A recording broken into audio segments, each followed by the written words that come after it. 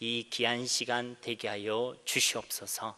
이 시간을 주께 맡겨드립니다. 예수님의 이름으로 간절히 기도드립니다. 아멘. 어느덧 이제 시편 28편 말씀을 함께 나누게 되었습니다. 지금까지 우리는 계속 다윗이라는 한 사람을 통해서 기록된 시편의 말씀들을 이전에도 여러 편 우리가 살펴보았습니다. 아마 이 시편 28편에 이전에 있는 여러 시편들 중 1편과 2편 그리고 제목이 없는 시편을 제외하고는 지금까지 살펴본 모든 시편이 다 다윗의 시편이었습니다. 더 정확히 말하면 다윗을 통해 기록된 시편의 말씀들이었습니다. 앞으로도 우리는 이 시편을 계속해서 살펴볼 것인데요, 1편부터 41편까지가 시편의 제1권에 해당됩니다. 그런데 앞으로 남은 시편들도 거의 대부분 다윗의 시편들입니다. 이 말은 우리가 앞으로도 살펴볼 이 시편 말씀들 속에 우리는 계속해서 다윗이라는 한 사람의 신앙의 고백과 그의 기도를 계속 살펴보게 될 것이라는 것입니다. 아마도 여러분들 가운데서는 눈치를 채고 계신 분들도 있을 것입니다. 다윗의 기도의 내용이 그렇게 크게 다르지 않다는 것을 우리는 보게 되는 것입니다. 지금까지 그 다윗의 수많은 시편들의 내용이 거의 대동소이하다는 것이죠. 같은 내용이 거듭 반복되고 있다는 것입니다. 어떤 내용이 주로 반복되고 있습니까? 가장 큰 것은 바로 하나님을 향한 탄식과 하나님을 향한 찬송의 내용이 반복되고 있습니다. 즉 그는 그의 인생들 가운데 수많은 문제와 또 어려움과 위기를 만나고 있습니다. 그리고 그 문제들 속에 꼭 빠지지 않는 것은 대부분의 경우에 사람의 문제, 원수와 대적의 문제가 포함되어 있습니다. 우리 인생들 가운데 만나는 문제들 속에도 가장 힘든 것 중 하나가 바로 사람의 문제 아니겠습니까? 어쨌든 반복되는 그 문제들 속에서 그가 하는 기도의 내용 역시도 크게 다르지 않다는 것입니다.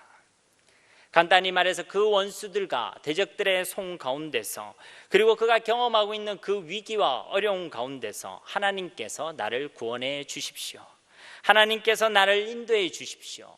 하나님께서 나를 도와 주십시오. 바로 이것이 반복되고 있는 기도의 내용이라는 것입니다. 사랑하는 여러분, 이러한 문제의 반복은 비단 다윗에게만 있는 것이 아닙니다. 저와 여러분 가운데도 이러한 문제의 반복은 분명히 이루어지고 있죠. 이 땅을 살아가는 동안 계속 어려움과 이 문제라는 불청객은 끊임없이 우리를 찾아온다라는 것입니다.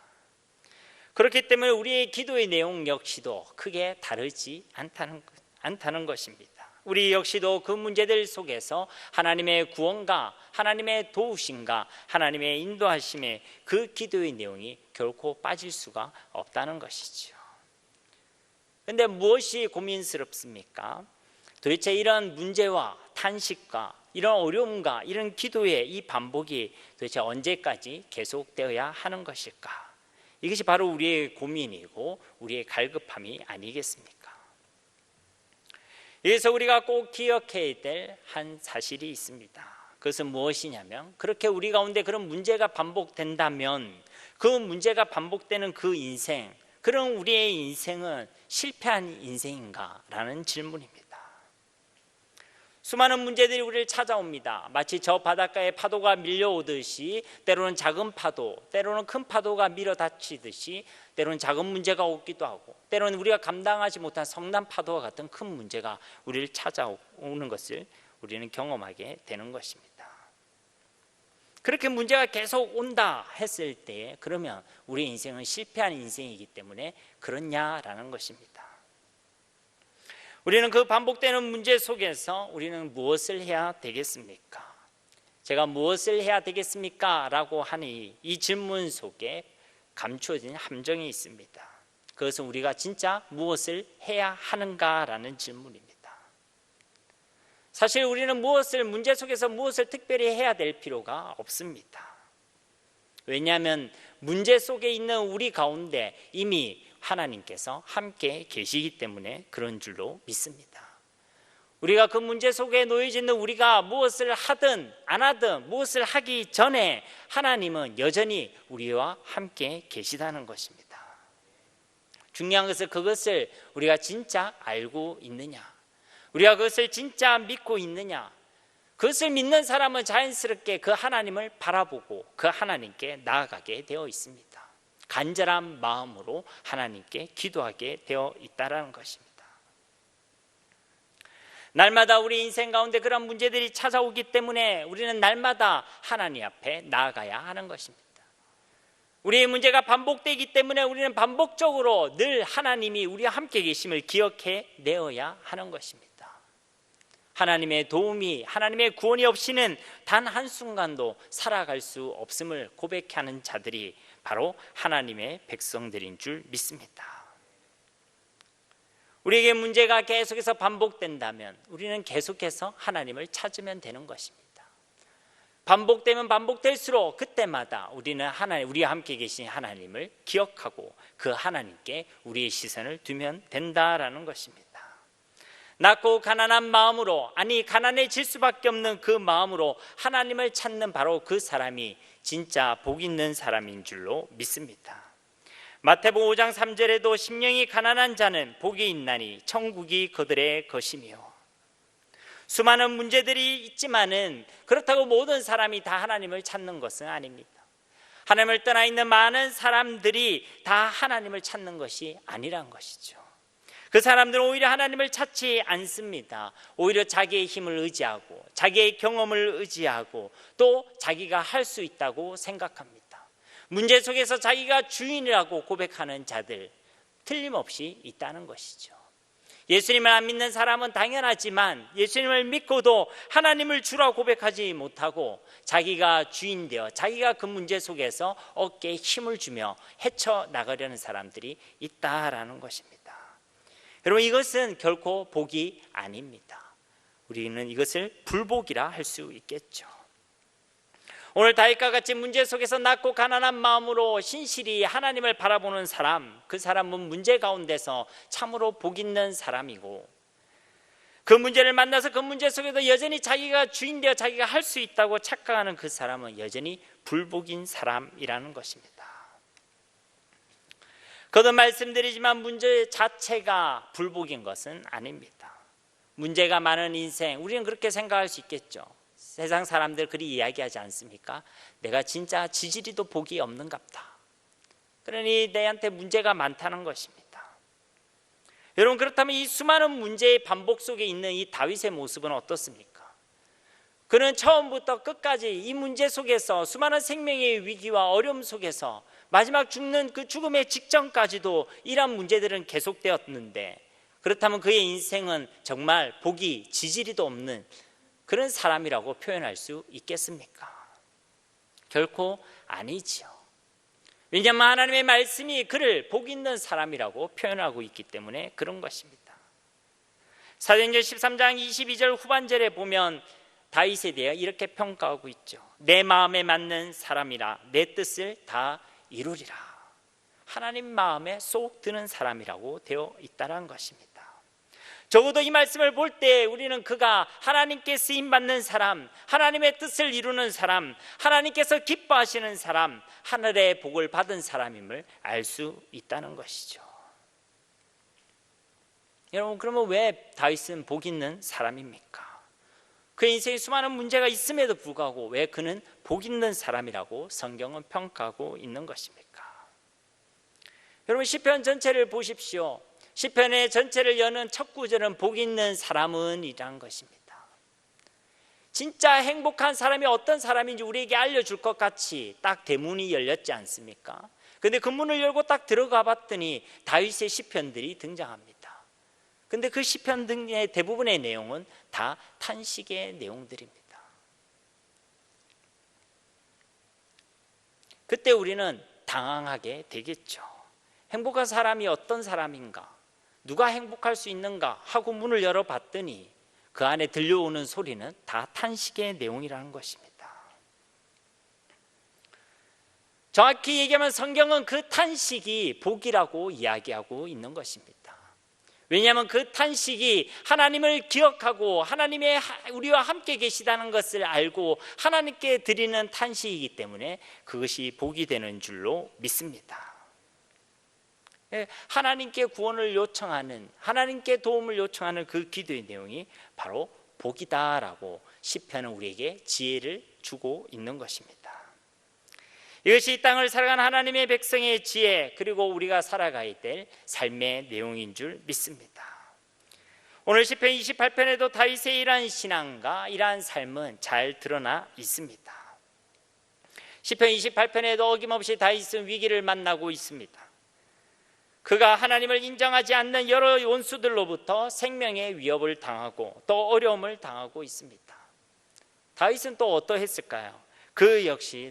그는 역시 이 상황 가운데서도 하나님을 기억하고 있습니다. 그래서 다른 누구도 아니라, 다른 무엇도 아니라 하나님께 도움과 구원을 요청하고 있는 것입니다. 이러한 다윗의 신앙과 그의 삶이 우리의 신앙과 삶이 되어지기를 주님의 이름으로 축복합니다. 위기 가운데서도 하나님을 기억하며 하나님을 찾는 다윗의 기도는 다음과 같이 시작되고 있습니다. 여호와여, 내가 주께 부르짖으오니 나의 백성이여 내게 길을 막지 마소서. 주께서 내게 잠잠하시면 내가 무덤에 내려가는 자와 같을까 하나이다. 내가 주의 지성소를 향하여 나의 손을 들고 주께 부르짖을 때에 나의 간구하는 소리를 들으소서. 지금 다윗은 문제 가운데 하나님을 찾고 있습니다. 그런데 이 다윗이 하나님을 어떻게 찾고 있습니까? 어떤 마음으로 찾고 있습니까? 1절을 보십시오. 여호와여, 내가 주께 부르짖으오니. 2절에서도 나의 손을 들고 주께 부르짖을 때에 나의 간구하는 소리를 들으소서. 그의 기도 가운데 무엇이 있습니까? 바로 간절함이 있습니다. 그는 심지어 손을 들고 그 간절함을 표현하고 있습니다. 여러 기회에 말씀드렸지만 이 간절함이란 것은 우리 가운데 그냥 나오는 것이 아닙니다. 우리의 마음이 진짜 가난해졌을 때 나오는 것입니다. 우리의 마음이 정말 절박해졌을 때 그렇게 나오는 것이 간절함인 것입니다. 또 다른 길이 없을 때 우리의 마음은 간절해질 수밖에 없는 것입니다. 아직도 내가 할 수 있는 것이 있고 아직도 할 만하다고 생각한다면 그 사람은 간절해질 수 없겠죠. 그러나 내가 할 수 있는 것이 아무것도 없다. 하나님, 내가 아무것도 할 것이 없습니다. 할 수 없습니다. 그렇게 전적인 자신의 무능을 깨닫고 다른 길이 보이지 않을 때 우리는 간절해질 수 있는 것입니다. 그리고 또 어떨 때 간절해질 수 있습니까? 유일한 길을 발견했을 때, 내가 살 길, 내가 구원받을 길, 그 길이 유일한 것, 그 길을 우리가 발견했을 때 우리는 간절해지게 되는 것이죠. 살 길이 저거 하나밖에 없다. 그러면 정말 바지끄댕이라도 잡아서라도 그게 매달리지 않겠습니까? 여러분, 우리가 구원받을 길, 우리의 진짜 살 길, 그 생명의 길, 그 유일한 길은 하나밖에 없습니다. 하나님께 있는 것이고 하나님이 제시한 길은 예수 그리스도밖에 없는 줄로 믿습니다. 개인적으로 이런 다윗의 모습을 볼 때 참 부러움을 느낍니다. 그가 왕이라서 부러운 것이 아니라, 물론 왕이 되면 좋겠지요. 그가 가지고 있는 명예, 그가 가진 권력, 그가 가지고 있는 어떠한 것들, 그의 업적이 부러워서가 아니라 그가 하나님께 받은 이러한 은혜가 참으로 부럽습니다. 문제를 만나고 그 수도 없이 반복되는 그 문제 속에서도 어떻게 그렇게 하나님을 기억하는지, 사망의 음침한 골짜기 속에서도 함께 계시는 그 하나님을 어떻게 발견하고 또 그것을 고백할 수 있는지, 그렇게 문제 때마다 하나님을 잊지 아니하고 하나님을 향하여 신실히 그 낮고 가난한 마음으로 하나님을 찾을 수 있는지, 그가 받은 이 은혜, 그 은혜로 주신 그의 믿음과 그 신앙이 참으로 부럽다라는 것입니다. 여러분은 어떠십니까? 여러분이 만나는 그 문제 가운데서도 하나님을 기억하고 계십니까? 하나님이 나와 함께 계심을 여러분 바라보고 계십니까? 하나님이 나와 함께 계시기 때문에, 내가 하나님을 믿고 있기 때문에 간절히 하나님을 찾고 하나님을 구하고 하나님을 바라보고 계십니까? 만약 그러하시다면 저와 여러분이 천만인에 둘러싸여 어떠한 위협을 당한다 할지라도, 성난 파도와 같이 우리가 감당하기 힘든 그 문제들이 우리를 삼키려 한다는 그런 상황 가운데 있다 할지라도 저와 여러분은 참으로 복 있는 사람인 줄 믿습니다. 여러분, 옆 사람과 한 번 더 인사했으면 좋겠습니다. 그렇게 이야기해 주세요. 당신은 진짜 복 있는 사람입니다. 네, 이번엔 대답도 해줘야 되겠죠. 옆 사람에게 대답도 해주세요. 알고 있습니다. 아멘. 이제 1절과 2절 말씀 본문에 조금 더 집중해 보도록 하겠습니다. 여호와여, 내가 주께 부르짖으오니. 다윗은 이 기도의 첫 시작을 여호와여라는 고백으로 시작하고 있습니다. 우리의 기도의 대상이 바로 여호와 하나님이시라는 것입니다. 우리의 기도는 다른 무엇이 아니라 이 땅을 창조하시고 살아계신 하나님, 전능하신 하나님께 드리는 기도가 바로 하나님의 백성의 기도인 줄 믿습니다. 우리가 이 시간 예배할 때도 우리 그냥 예배하는 것이 아닙니다. 이 자리에 그냥 이 공간에 앉아 있는 것이 아니라 이 자리에 함께 계시고 살아 역사하고 계시는 그 하나님께 우리가 예배하고 있는 줄로 믿습니다. 하나님을 알지 못하는 사람들은 생명도 없고 능력이 없는 우상을 만들고 그 우상 앞에 부르짖고 또 그 우상을 숭배하며 살아갑니다. 스스로의 문제조차도 제대로 해결하지 못하고 한 치 앞도 못하는, 알지 못하는 그러한 사람들을 찾아 사람 앞에 도움을 찾고 도움을 구합니다. 그러나 하나님의 백성들은 그것이 아니라 하나님 앞에 기도하는 줄 믿습니다. 우리의 기도의 대상이 바로 하나님이시고 우리의 기도를 들으시는 분이 하나님이시고 우리의 기도에 응답하시고 역사하시는 분이 하나님이시기 때문에 우리가 드리는 이 기도는 진짜 의미가 있는 것입니다. 우리가 약속하신 말씀대로 약속하신 말씀을 붙들고 기도할 때 그 말씀대로 우리 가운데 응답하시는 하나님이심을 믿습니다. 예레미야서 33장 3절에도 너는 내게 부르짖으라 내가 네게 응답하겠고 네가 알지 못하는 크고 은밀한 일을 네게 보이리라. 약속의 말씀을 붙들고 기도하는, 하나님께 기도하는 저와 여러분이 되기를 간절히 소망합니다. 또 다윗은 하나님 앞에 이렇게 고백합니다. 나의 반석이요. 반석이란 것은 하나님만이 우리의 진정한 도움이시다. 하나님의 우리를 진짜 견고히 보호하시는 분이시다. 하나님만이 우리에게 갖추어진 가장 완전하고 안전한 피난처가 되신다라는 고백인 것입니다. 여러분, 이러한 고백이 어떤 상황 가운데 터져나오고 있습니까? 그가 수많은 문제와 생명의 위기라는 그 어려운 가운데서 하나님께 고백하고 있는 것입니다. 하나님이 나의 반석이십니다. 여러분, 이것을 하나님께서 기뻐하시는 것입니다. 그의 수많은 그 문제들 속에서 그는 수많은 이 하나님을 경험했던 것입니다. 아, 하나님이 나의 반석이시구나. 하나님이 나의 구원이시구나. 이거는 입술만의 고백이 아닌 것입니다. 우리도 매주 주일 예배 때 사도신경을 통해 고백하지 않습니까? 나는 전능하신 하나님, 천지의 창조를 주를 믿습니다. 그렇게 우리는 고백해놓고 마치 일주일 딱 교회 문 밖으로만 나가면 마치 하나님이 전능하시지 않은 것처럼, 마치 하나님이 우리와 함께 계시지 않은 것처럼, 그렇게 세상의 근심과 걱정을 다 끌어와서 우상 지으며 그렇게 일주일을 보내고 있다면 그는 우리 진짜 하나님을 전능하신 하나님이라고 고백하고 있는 것이 아니지 않겠습니까? 다윗은 지금 그 문제 가운데서, 그 위기와 생명의 위기 가운데서도 이렇게 고백하는 것입니다. 하나님 진짜 나의 반석이십니다. 하나님 얼마나 기뻐하시겠습니까? 문제가 왔을 때 하나님을 기쁘시게 할 수 있는 기회인 줄 믿습니다. 문제가 오면 고백하시기 바랍니다. 하나님이 나의 반석이십니다. 그러면 그 문제의 시간은 하나님을 기쁘시게 하는 시간, 그렇기 때문에 저와 여러분에게 복이 되는 시간인 줄 믿습니다. 문제조차도 복이 되는 사람들, 그것이 하나님의 백성들인 것입니다. 또 이렇게 기도하고 있습니다. 내게 길을 막지 마소서. 주께서 내게 잠잠하시면 내가 무덤에 내려가는 자와 같을까 하나이다. 다윗은 어려운 가운데서도 하나님의 응답과 하나님의 음성 듣기를, 또 하나님의 역사를 경험하기를 간절히 소원하였습니다. 왜 그렇습니까? 우리가 믿는 하나님이 살아계신 하나님이시기 때문에 그런 것입니다. 그래서 그는 분명하게 고백하는 것입니다. 주님이 내게 잠잠하신다면, 주님이 내게 침묵하신다면 그 삶은, 그렇게 하나님이 경험되지 않는 바로 그 삶은 무덤에 내려가는 삶이다, 사망의 삶이다 라고 이야기하고 있는 것입니다.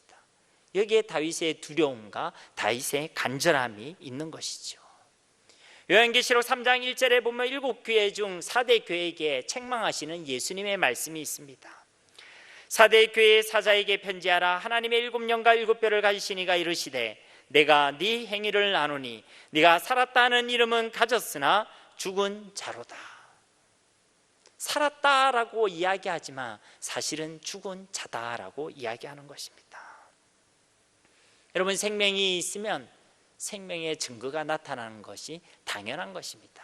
이상한 것이 아닌 것이죠. 생명이 있는데 생명의 증거가 없는 것이 이상한 것입니다. 건강하지 않은 것입니다. 우리 가운데는 하나님의 일하심이 나타나고 있습니까? 생명의 열매, 생명의 증거가 나타나고 있습니까? 만약에 그렇지 않다면 무엇이 문제겠습니까? 아들이 있는 자에게는 생명이 있다고 했는데, 그러면 그 생명에 합당한 열매를 맺는 것이 당연한 것인데 왜 우리의 삶 가운데 그 생명의 열매, 그 성령의 열매들이 맺어지지 않습니까? 그것은 두 가지로 생각할 수 있겠죠. 하나는 생명이 없든지, 아니면 생명이 있는데 그 생명의 주가 내 인생의 주가 되지 않고 내가 여전히 주인 되어 있든지. 여러분, 성령의 열매는 우리의 열매가 아닙니다. 성령 하나님이 우리 주인이 되어 주셔서 우리의 삶을 통치하시고 우리 가운데 충만하실 때 나의 열매가 아니라 그분의 열매가 맺어지게 되는 것입니다. 나는 죽고 그가 살아가게 되는 것입니다. 그렇기 때문에 예수님의 열매가 맺어지게 되는 것이고 성령의 열매가 맺어지게 되는 것입니다. 그런데 여전히 내가 살아 있습니다. 내가 주인의 자리에 올라와 있습니다. 그러니 나의 열매가 맺어지는 것이죠. 내게 무슨 선한 것이 있겠습니까?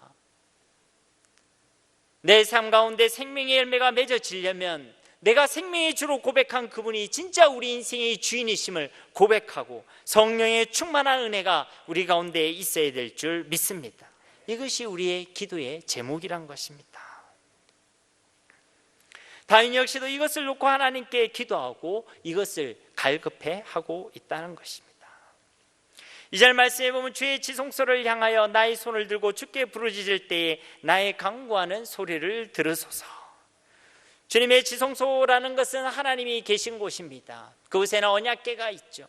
어떤 의미겠습니까? 다윗 그가 하나님을 향하여 기도했다. 그가 하나님의 언약의 말씀을 기억하며 약속의 말씀을 붙들고 그가 기도했다라는 것입니다. 하나님을 믿고 하나님의 약속의 말씀을 붙들고 기도하는 그 기도에 하나님께서는 우리의 간구의 소리를 들으시는 하나님으로 만나 주실 줄 믿습니다. 3절부터 5절까지 말씀에서 다윗은 악인들의 모습을 통하여 하나님의 백성들의 삶이 어떠해야 되는지, 또 하나님이 어떤 분이신지를 고백하고 있습니다. 3절 말씀입니다. 악인과 악을 행하는 자들과 함께 나를 끌어내지 마옵소서. 그들은 그 이웃에게 합평을 말하나 그들의 마음에는 악독이 있나이다. 그들이 하는 일과 그들의 행위가 악한 대로 갚으시며 그들의 손이 지은 대로 그들에게 갚아 그 마땅히 받을 것으로 그들에게 갚으소서. 그들은 여호와께서 행하신 일과 손으로 지으신 것을 생각하지 아니하므로 여호와께서 그들을 파괴하고 건설하지 아니하시리로다. 먼저 다윗은 이렇게 고백합니다. 악인과 악을 행하는 자들과 함께 나를 끌어내지 마옵소서. 세번역 성경에 보면 이 구절을 악인들과 사악한 자들과 함께 나를 싸잡아 내동댕이 치지 마십시오. 즉 다윗은 여기서 자신과 악인들을 구별해 주기를 하나님께 간청하고 있는 것입니다. 이것은 자신에 대한 우월의식이 아닙니다. 하나님이 어떤 분이시냐라는 신앙의 고백입니다. 하나님은 의인과 악인을 구별하시는 하나님이십니다. 시편 1편 6절에도 의인의 길은 인정하시지만 악인의 길은 망하리로다.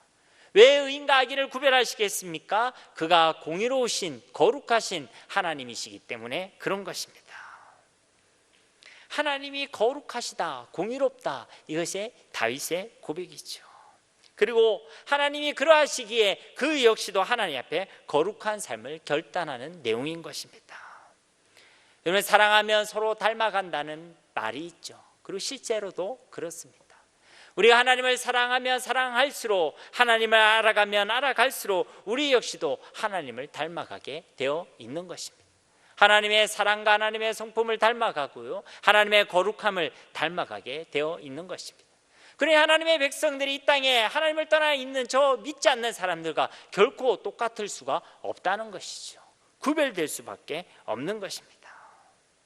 우리의 삶 가운데 하나님을 닮아가는 은혜가, 또 하나님의 거룩함을 닮아가는 은혜가 우리 가운데 있기를 주님의 이름으로 축복합니다. 이어진 3절 이하의 말씀에는 악인들의 특징이 나타나 있죠. 어떻습니까? 그들은 그 이웃에게 합평을 말하나 그들의 마음에는 악독이 있나이다. 악인들의 특징 그 첫 번째는 무엇입니까? 겉과 속이 다르다는 것입니다. 마음의 말과 입술의 말이 다르다는 것이죠. 신실함이 없다라는 것입니다. 이것을 잘 표현한 말씀이 야고보서 3장 8절에서 11절 말씀입니다. 혀는 능히 길들일 사람이 없나니 쉬지 아니하는 악이요 죽이는 독이 가득한 것이라. 이것으로 우리가 주 아버지를 찬송하고 또 이것으로 하나님의 형상대로 지음을 받은 사람을 저주하나니 한 입에서 찬송과 저주가 나오는도다. 내 형제들아, 이것이 마땅하지 아니하니라. 샘이 한 구멍으로 어찌 단물과 쓴물을 내겠느냐. 한 입으로는 하나님을 찬양하고 하나님을 사랑한다고 그렇게 고백하는데, 다른 한 입으로는 형제들을 저주하고 미워한다. 여러분, 이것은 마땅하지 않다는 것입니다. 어떻게 그럴 수 있냐는 것입니다. 우리의 마음의 말과 입술의 말이 신실해야 될 줄 믿습니다. 우리가 믿는다고 고백하는 그 신앙과 그 믿음의 삶이 일치해야 될 줄 믿습니다. 여기에 우리의 기도의 제목이 있습니다.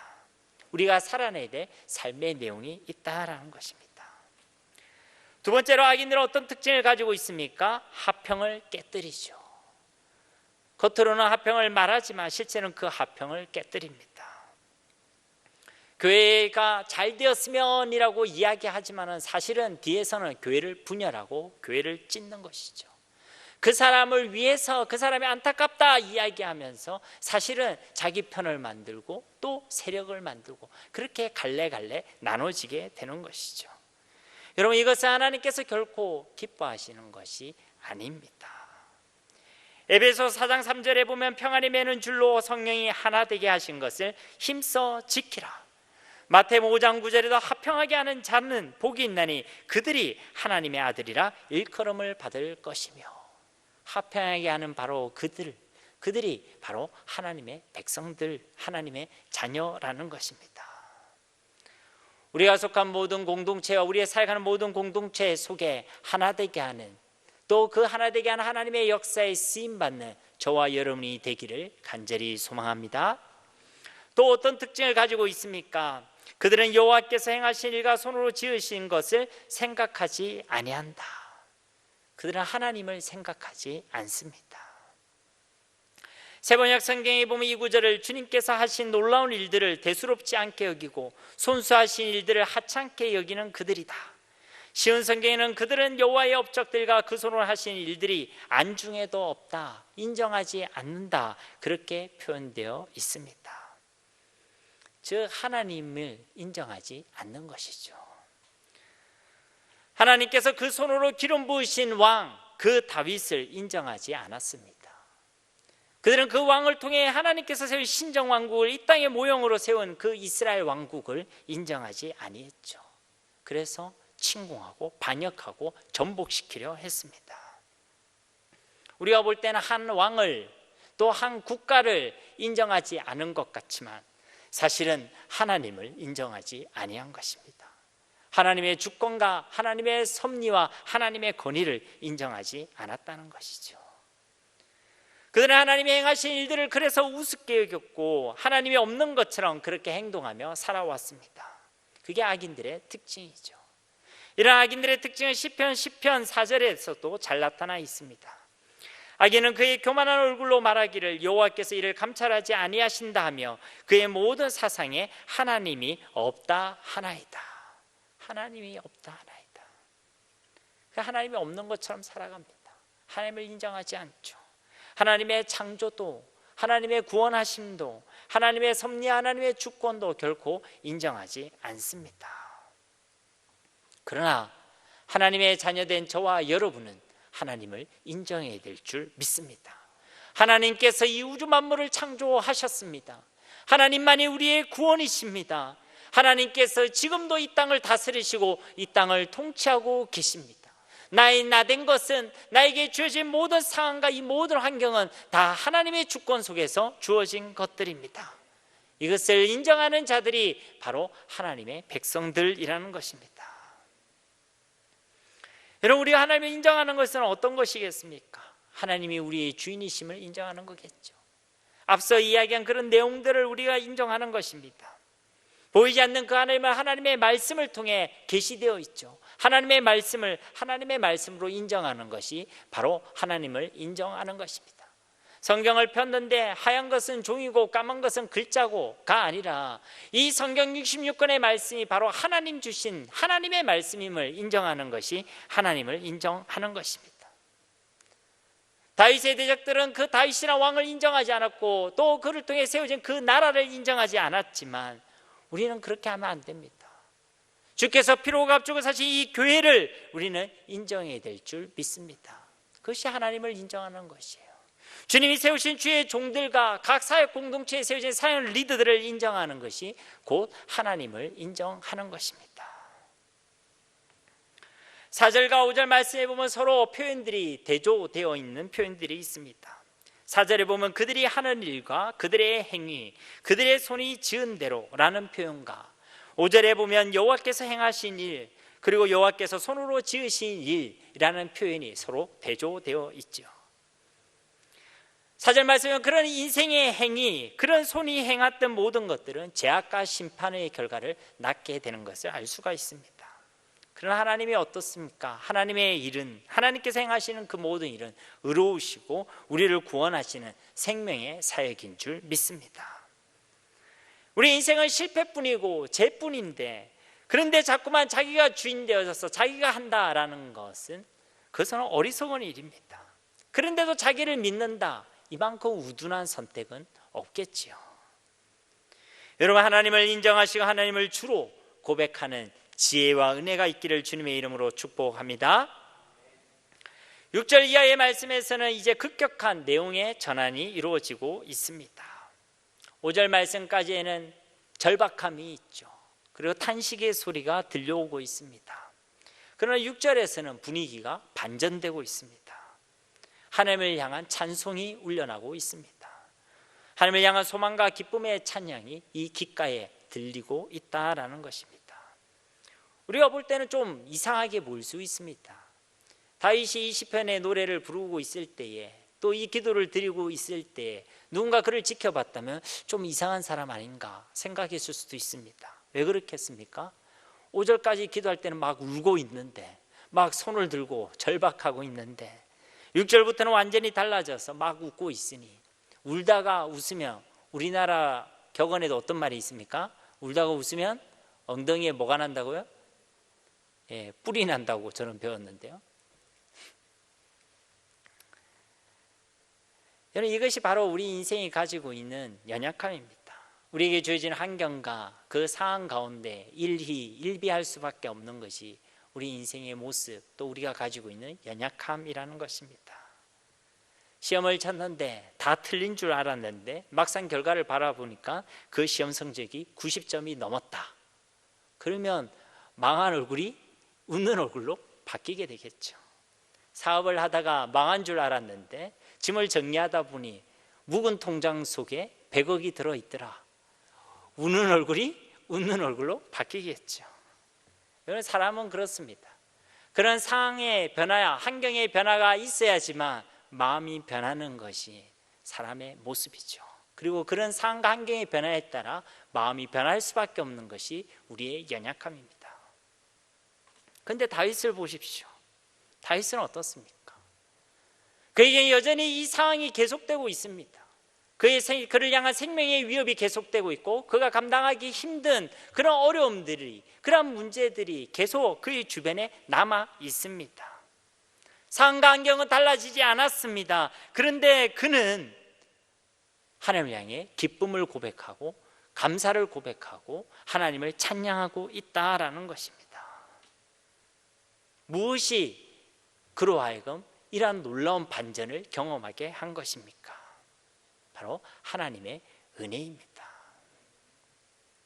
이것을 언젠가 말씀드렸듯이 믿음에 의한 선취적 신앙이라고 표현할 수 있습니다. 선취라는 것은 먼저 선자에 취할 치입니다. 먼저 취하는 것이죠. 이런 선취적 신앙을 잘 표현한 것이 히브리서 11장 1절 말씀입니다. 믿음은 바라는 것들의 실상이요 보이지 않는 것들의 증거니. 마땅히 사람은 환경이 변하고 상황이 변해야지만 우리 마음과 생각도 변하는데 현실이 당장 변한 것도 없고 달라진 것도 없는데 그 가운데서 바라는 것들의 실상과 보이지 않는 증거를 먼저 취하여 누리는 그것이 바로 믿음이라는 것입니다. 그렇기 때문에 이런 선취적인 신앙, 바로 이런 믿음만 있다면 우리의 환경이 어떠하든 좋은 일이 있든 안 좋은 일이 있든 어떠한 상황 가운데 있다 할지라도 우리는 저 천국에 있는 기쁨을 미리 가져와서 우리 그 문제 한가운데서도 그 기쁨을 터뜨릴 수 있는 사람이 바로 하나님의 백성들이라는 것입니다. 이 얼마나 놀라운 것입니까? 저와 여러분들 하나님의 자녀, 하나님의 백성들이 받은 복이 바로 그것인 것입니다. 이러한 선취적인 믿음을 통하여 고통과 아픔의 수많은 문제 한가운데서도 슬픔이 변하여 희락과 기쁨이 되고 탄식이 변하여 하나님을 향한 찬송이 되며 염려와 두려움이 변하여 감사와 담대함이 되고 절망 속에 살아가던 우리의 고통스러운 삶이 하나님을 향한 참된 소망으로 충만한 행복한 삶이 되어지게 되는 것, 그것이 바로 하나님의 백성들의 삶이라는 것입니다. 오늘 본문 말씀의 다윗을 보십시오. 그는 하나님을 이렇게 찬송하고 있습니다. 여호와를 찬송하며 내 간구하는 소리를 들으시미로다. 여호와는 나의 힘과 나의 방패이시니 내 마음이 그를 의지하여 도움을 얻었도다. 그러므로 내 마음이 크게 기뻐하며 내 노래로 그를 찬송하리로다. 여호와를 찬송하며 내 간구하는 소리를 들으시미로다. 이 사이에는 왜냐하면이라는 단어가 생략되어 있습니다. 나는 여호와 하나님을 찬송합니다. 왜냐하면 여호와 하나님께서 나의 간절한 기도를 들으셨기 때문입니다. 그가 하나님을 찬양했던 그 이유가 무엇입니까? 하나님께서 그의 기도의 내용을 들어주셨다. 이 들으셨다라는 것은 과거용어로 표현되어 있는 것입니다. 그러나 보십시오. 1절부터 5절까지 말씀을 볼 때 그에게는 이 문제가 계속되고 있습니다. 이런 어려움과 위기는 계속되고 있습니다. 그러나 그 가운데서 이미 하나님께서 나의 기도를 들으셨다라고 고백하고 있는 것입니다. 여러분 하나님께 기도했다면 여러분 하나님께 감사함으로 돌아가시기 바랍니다. 기도해놓고는 여전히 근심하고 예배드리고 나서 여전히 울상짓고, 여러분 그것은 믿음으로 하나님께 기도한 것이 아닙니다. 그는 이미 기도하고 이 기도의 시간을 통해 하나님께서 이미 들으셨다고 확신하고 있는 줄 믿습니다. 그냥 그가 믿습니다 이렇게 한 것이 아니라, 무조건 아멘 그렇게 될 줄로 믿습니다 이렇게 한 것이 아니라, 그에게는 하나님 주시는 약속의 말씀이 있었습니다. 그 약속의 말씀을 붙들었던 것이죠. 사무엘하 7장 8절 이하의 말씀에 보면, 그러므로 이제 내 종 다윗에게 이와 같이 말하라. 만군의 여호와께서 이와 같이 말씀하시기를, 내가 너를 목장 곧 양을 따르는 데에서 데려다가 내 백성 이스라엘의 주권자로 삼고 네가 가는 모든 곳에서 내가 너와 함께 있어 내 모든 원수를 내 앞에서 멸하였은즉 땅에서 위대한 자들의 이름같이 내 이름을 위대하게 만들어 주리라. 11절 말씀에도 중반절에 보면 너를 모든 원수에게서 벗어나 편히 쉬게 하리라. 7장 14절에도 내가 네 몸에서 내 씨를 내 뒤에 세워 그의 나라를 견고하게 하리라. 16절 말씀에도 내 집과 내 나라가 내 앞에서 영원히 보존되고 내 왕위가 영원히 견고하리라 하셨다 하라. 이미 다윗에게는 하나님 주신 이 약속의 말씀이 있었습니다.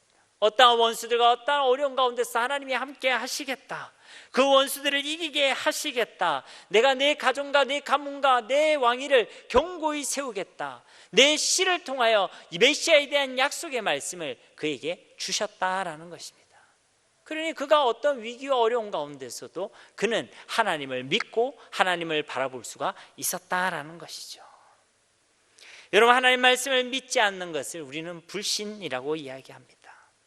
그런데 하나님 말씀 없이 그냥 믿습니다라고 이야기하는 것은 맹신입니다. 진짜 믿음은 우리가 그린 우리 생각대로 내 마음대로의 하나님을 믿는 것이 아닙니다. 우리는 어떤 하나님을 믿습니까? 말씀이 증거하고 있는 하나님, 말씀으로 계시하신 그 하나님을 말씀 그대로 믿는 것이 진짜 믿음이고 건강한 신앙인 줄 믿습니다. 그는 위기 가운데서 그 위기 가운데서 하나님을 분명히 믿는 믿음을 통하여 하나님을 찬송할 수 있었다라는 것입니다. 그의 찬송의 내용을 한번 다시 보겠습니다. 7절 말씀에 보니 여호와는 나의 힘과 나의 방패이시니 내 마음이 그를 의지하여 도움을 얻었도다. 그러므로 내 마음이 크게 기뻐하며 내 노래로 그를 찬송하리로다. 진실로 믿음은 바라는 것들의 실상이며 보이지 않는 것들의 증거인 줄 믿습니다. 이것이 하나님 백성의 믿음, 하나님 백성의 삶이라는 것입니다. 8절 말씀에서는 이런 다윗의 찬송이 다시 한번 반복되고 있습니다. 더 정확히 말하자면 그 찬송의 고백이 더욱 확장되고 있습니다. 8절 말씀 우리 함께 봉독하겠습니다. 여호와는 그들의 힘이시요 그의 기름 부음 받은 자의 구원의 요새이시로다. 아멘. 7절 말씀의 반복이라 할 수 있겠죠. 7절 말씀에 이미 다윗은 여호와 하나님이 나의 힘이시고 나의 방패라고 고백했습니다. 그런데 8절 말씀에 보십시오. 나의 힘, 나의 방패로 고백했던 다윗이 8절에서는 그들의 힘, 기름 부음 받은 자의 구원의 요새라고 표현하고 있습니다. 굳이 말하자면 그의 고백의 영역이 확장되었다는 것입니다. 여기서 그들이란 것은 어떤 사람들이겠습니까? 바로 하나님의 백성들을 의미합니다. 그의 기름 부음 받은 자라는 표현을 봐도 알 수 있겠죠. 1차적으로는 기름 부음을 받았던 다윗 그 자신을 의미하겠지만, 둘째는 하나님의 기름 부으심을 받은 하나님의 성령이 함께 하시는 모든 하나님의 백성들을 의미하고 있는 것입니다. 즉 다윗은 이렇게 얘기하는 것입니다. 나뿐만 아니라 모든 하나님의 백성들에게도 라고 이야기하고 있는 것이죠. 나에게 참 힘과 방패가 되어주시고 나의 구원이 되셨던 그 하나님이 나뿐만 아니라 당신들에게도, 그리고 모든 하나님의 백성들에게도 여전히 동일하게 신실히 여호와 하나님은 힘이 되시고 구원이 되시고 방패가 되어 주신다라고 그가 선포하고 있는 것입니다. 먼저는 다윗 그가 분명히 이것을 경험했겠죠. 하나님이 진짜 우리의 힘이 되시고 방패가 되어 주시고 구원의 요새가 되심을 그가 경험했을 것입니다. 그리고 그가 이야기하는 것이죠. 나뿐만 아니라 당신들에게도 하나님이 진짜 힘이 되십니다. 여러분, 우리가 이런 삶을 살아야 되지 않겠습니까? 진짜 당신의 구원자는 예수 그리스도십니다. 당신이 살 길은 하나님밖에 없습니다. 당신을 진짜 행복하게 하는 길은 나에게도 예수 그리스도가 진짜 행복의 길이었던 것처럼 당신에게도 예수 그리스도가 행복의 길이 될 것입니다. 여러분, 자녀들에게도 이 얘기를 해줘야 되지 않겠습니까? 나를 구원하시고 나의 인생을 지금까지 이끌어 주셨던 그 하나님이 너에게도, 아들아, 딸아, 너에게도 여전히 너의 인도자가 되어주시고 너의 주권자가 되어주시고 너를 책임져 주시는 요새요 힘이요 방패가 되어 주실 것이다. 여러분, 이것을 우리는 증인이라고 이야기합니다. 증인은 바로 목격자죠. 그것을 목격한 사람이 이야기할 수 있습니다. 우리가 믿든 안 믿든 경험했든 경험하지 않았든 예수님은 그리스도십니다. 그런데 우리가 증인으로 서기 위해서는 예수님이 그리스도라는 것을 우리가 먼저 알고 믿고 경험해야 하는 것이죠. 여러분, 저는 이 말씀을 볼 때에 바울이 아그리빠 왕의 앞에 섰을 때 그가 했던 고백이 생각났습니다. 사도행전 26장 29절 말씀에 보면 바울이 이르되 말이 적으나 많으나 당신뿐만 아니라 오늘 내 말을 듣는 모든 사람도 다 이렇게 결박된 것 외에는 나와 같이 되기를 하나님께 원하나이다 하니라. 나뿐만 아니라 당신에게도, 당신뿐만 아니라 오늘 내 말을 듣는 모든 사람도 다 나와 같이 예수님을 믿는 그리스도인이 되기를 하나님 앞에 소원한다. 이것이 다윗의 고백이었던 것입니다. 저와 여러분의 삶의 고백이 되어지기를 주님의 이름으로 축복합니다. 마지막 9절 말씀입니다. 마지막 절에서 다윗은 그의 백성들을 향해 하나님께 중보 기도하고 있습니다. 그 기도의 내용은 세 가지로 되어 있죠. 그 세 가지 기도 내용을 통해 그는 또 하나님은 이런 분이다 라고 세 가지로 표현하고 있습니다. 9절 말씀 우리 한 번 더 함께 봉독하겠습니다. 주의 백성을 구원하시며 주의 산업에 복을 주시고 또 그들의 목자가 되시어 영원토록 그들을 인도하소서. 아멘. 첫 번째 기도의 내용이 무엇입니까? 주의 백성을 구원해 주십시오. 우리 하나님, 우리를 구원하시는 하나님이신 줄 믿습니다. 우리의 구원은 오직 하나님께 있습니다. 그리고 하나님이 우리를 구원하시는 하나님의 방법도 오직 하나밖에 없습니다. 무엇입니까? 우리를 위해 십자가에서 죽으시고 부활하신 예수 그리스도밖에 없는 줄로 믿습니다. 요한계시록 7장 10절 말씀에도 큰 소리로 외쳐 이르되 구원하시니 보좌에 앉으신 우리 하나님과 어린 양에게 있도다. 사도행전 4장 12절에도 다른 이로서는 구원을 받을 수 없는 이 천하 사람 중에 구원을 받을 만한 다른 이름을 우리에게 주신 일이 없음이라. 오직 예수 그리스도만이 우리의 구원이 되심을 믿으시기를 바랍니다. 우리의 육신 영혼을 구원해 주시는 분도 하나님이시지만 우리의 삶도 책임져 주시는 분도 하나님이십니다. 시편 4편 8절 말씀에도 내가 평안히 눕고 자기도 하리니 나를 안전히 살게 하시는 이는 오직 누구라고요? 여호와 하나님이십니다. 두 번째 기도의 내용은 무엇입니까? 주의 산업에 복을 주시고, 우리 하나님은 우리에게 복을 주시고 또 복 주시기를 원하시는 하나님이신 줄 믿습니다. 인생의 모든 복은 하나님으로부터 주어지는 것입니다. 주의 산업에 복을 달라 할 때 이 산업이 무엇입니까? 세번역 성경에 보면 주의 소유된 이 백성들이라고 표현되어 있습니다. 하나님의 산업, 하나님의 기업은 곧 하나님의 백성들이라는 것입니다. 일본 사업가도 자신의 사업을 할 때에 자기 사업을 망하게 하고 실패하게 하려는 사람은 아무도 없습니다. 근데 하나님이 어떻습니까? 하나님이 경영하시는 하나님의 백성들을 일부러 망하게 하시고 실패하게 하실 분이시겠습니까? 아니죠.